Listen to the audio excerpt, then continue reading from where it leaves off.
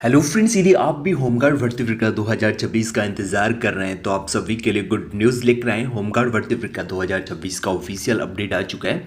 इसमें दो प्रकार की वैकेंसीज आप देख सकते हो, आपकी शहरी ग्रामीण गृह रक्षक के अभ्यर्थी और इसके साथ सीमा गृह रक्षक यानी कि जो बॉर्डर एरिया के जो जिले हैं या जो गांव हैं उनके लिए आपकी ये वैकेंसीज रहने वाली है। उसके बाद फ्रेंड्स यहाँ आपको इस वैकेंसीज की शारीरिक मापदंड बताई गई है कि इस भर्ती प्रक्रिया में आपकी मापदंड क्या रहने वाली है।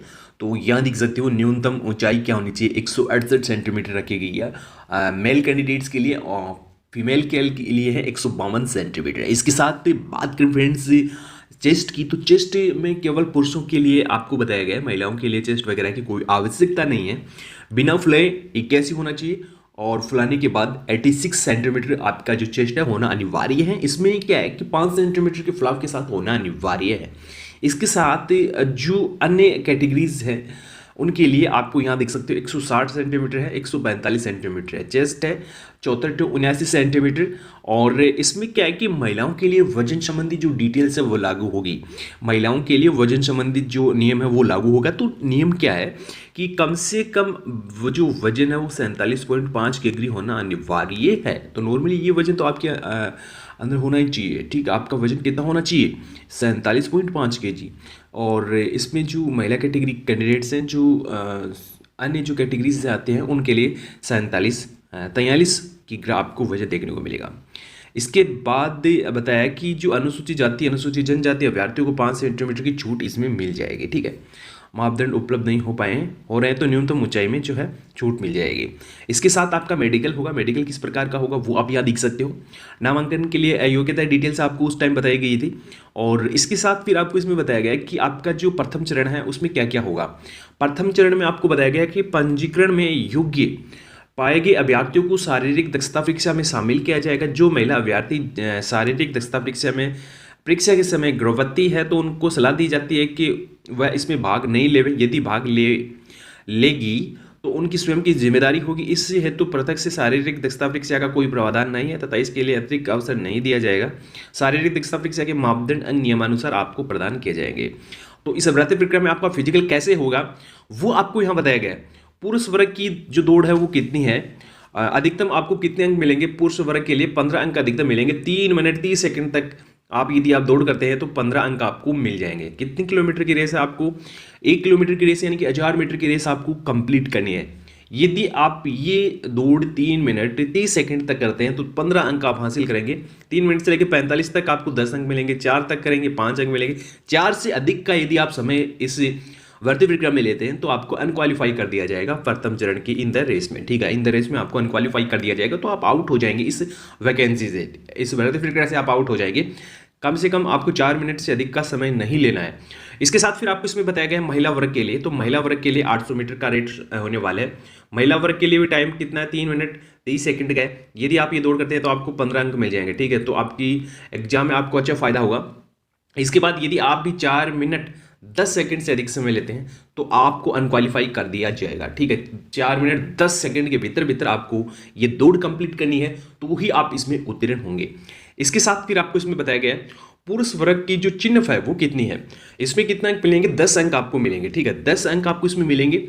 10 चिन्ह के 10 अंक मिलेंगे। 7 चिन्ह के 7 है, 5 के 5 है। 5 से कम यदि आप चिन्ह करते हैं तो आपको अनक्वालिफाई कर दिया जाएगा। महिला वर्ग के लिए है गोला फेंक। 4 केजी का गोला फेंक है तो 4 केजी का गोला 16 फीट है। नॉर्मली आपको इसमें बताई गई है 10 अंक आपको मिल सकते हैं। 15 फीट यदि आप फेंकते हैं तो 7 अंक है। 14 फीट फेंकते हैं तो 5 अंक है। तो इस प्रकार जो आपका फिजिकल इसमें होगा। अब बात करें कि द्वितीय चरण के आपको क्या बताया गया है। शारीरिक मापतोल परीक्षण गृह रक्षक विभाग के नामांकन बोर्ड द्वारा अभ्यर्थियों का शारीरिक मापतोल परीक्षण किया जाए। नामांकन बोर्ड में उपस्थित समस्त अभ्यर्थियों को उनके मापतोल से अवगत करवाया जाएगा। शारीरिक मापतोल में अयोग्य अभ्यर्थी निर्धारित फीस राशि देकर, तो इसमें यह भी मौका है कि आप दोबारा से इसमें अपना जो है फिजिकल वगैरह जो शारीरिक मापतोल में है अभ्यर्थी अघोषित है वो जमा करवा के शारीरिक मापतोल परीक्षा बोर्ड के अध्यक्ष को एक बार फिर अपील कर सकते हैं। ठीक है, तो नॉर्मली ये आपको इसमें बताया गया है।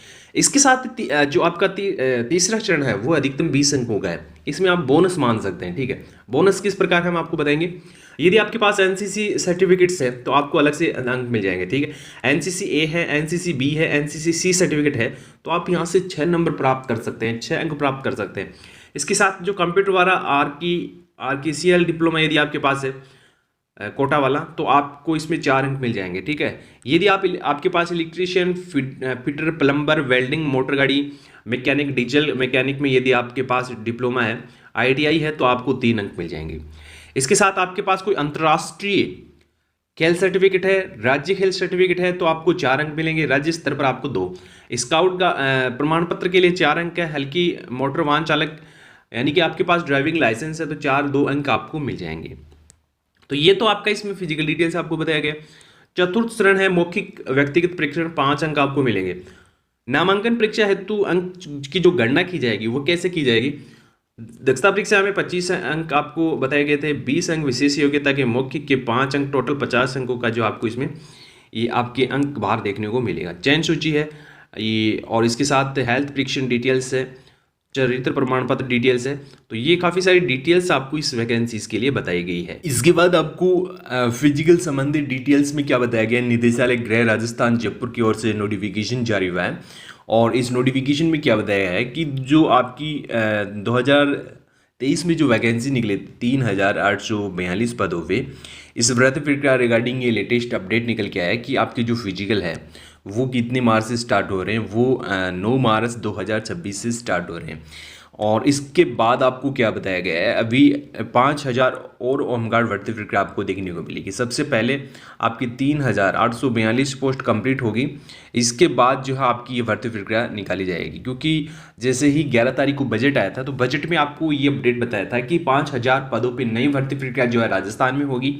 इसके साथ काफ़ी सारे अभ्यर्थियों ने मांग उठाई कि अभी तक आपने जो पुरानी भर्ती प्रक्रिया है उसका तो टाइम से फिजिकल नहीं करवाया है, क्या आप नई वैकेंसीज करवा भी सकते हो? तो सरकार एक्शन में आई और इस भर्ती प्रक्रिया रिगार्डिंग ये लेटेस्ट अपडेट जारी कर दिया है कि हम जो है जल्द ही 9 मार्च से इस भर्ती प्रक्रिया के जो फिजिकल है वो स्टार्ट करने जा रहे हैं। लेकिन इस भर्ती प्रक्रिया का जो ऑफिशियल नोटिफिकेशन है ये केवल सोशल मीडिया पर ही आपको मिलेगा, ठीक है। ऑफिशियल वेबसाइट पर आपको कहीं भी नहीं मिलेगा, न तो DPR की ऑफिशियल वेबसाइट पे है, ना होमगार्ड की है, ना गृह विभाग की ऑफिशियल वेबसाइट पे है। लेकिन 1-2 दिन में आ जाएगा, कोई दिक्कत नहीं है। यदि ये सही भी है तो आपका 9 मार्च से जो है फिजिकल स्टार्ट होने वाला है, तो आप अपनी तैयारी स्टार्ट रखें, क्योंकि एक बहुत बड़ी भर्ती प्रक्रिया आने वाली है होमगार्ड भर्ती प्रक्रिया के लिए। तो ये आपकी स्वयं सेवक की है 3842 पदों पे। जल्द ही इसकी जो फिजिकल है वो 9 मार्च से स्टार्ट होने जा रहे हैं, 9 मार्च 2026 से।